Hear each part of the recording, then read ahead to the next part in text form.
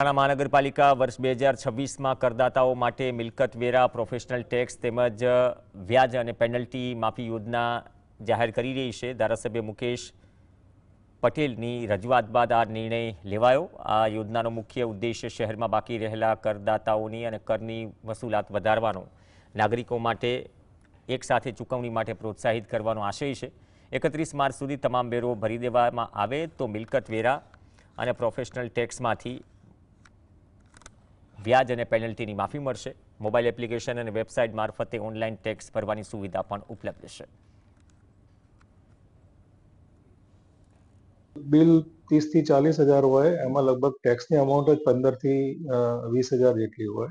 એટલે આવા જે જૂના બાકીદારો છે કે જેમને ઊંચું વ્યાજના કારણે તેઓ ટેક્સ ભરવામાં કદાચ અચકાતા, તો આ એમને યોજનાનો લાભ ચોક્કસ લઈ શકે છે। બીજી જે કોમર્શિયલ મિલકતો માટે છે એમને 50% માફી આપેલ છે। એટલે કે એમની કુલ બાકી રકમ 31 માર્ચ 2026 પહેલાની જે વ્યાજ પેનલ્ટીની બાકી હોય એના પર 50% રાહત મળી રહેશે।